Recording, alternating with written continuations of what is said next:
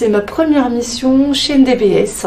J'ai travaillé pour un client de grande renommée avec une équipe importante. Et cette phase de Covid m'a obligée à changer ma façon de piloter, de manager et également de m'assurer du bien-être des équipes.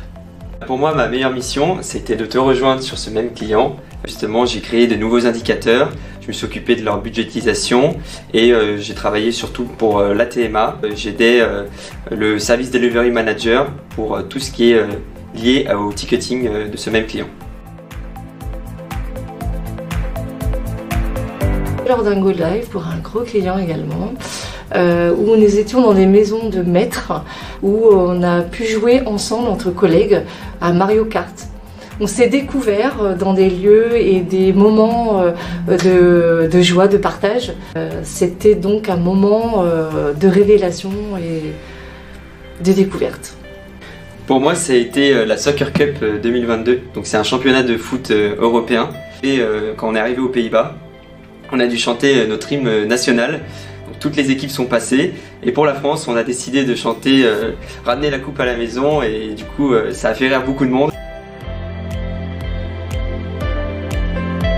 Pour moi, le meilleur souvenir lors de ce séminaire, c'était ces nombreuses activités qu'on a pu effectuer en cohésion. Création d'une Formule 1 en carton et ensuite la course. On a pu dîner et ensuite fait la fête en dansant et on a continué de danser au Club 321 comme on l'appelle, mais on n'en dira pas plus.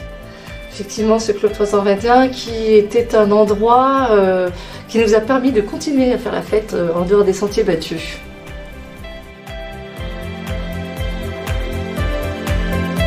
Pour moi, c'est la mise en place que j'ai réalisée d'un Daily Virtual Coffee pour résoudre les problèmes, pour fluidifier la communication, et ça aussi bien avec les consultants qu'avec les clients.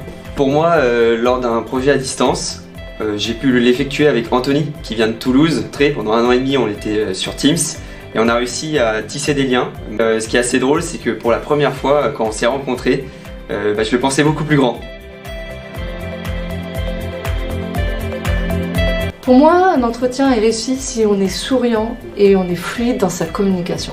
Pour moi, il faut humaniser cet entretien et penser que la personne que l'on a en face de nous est un être humain. Il faut rester naturel.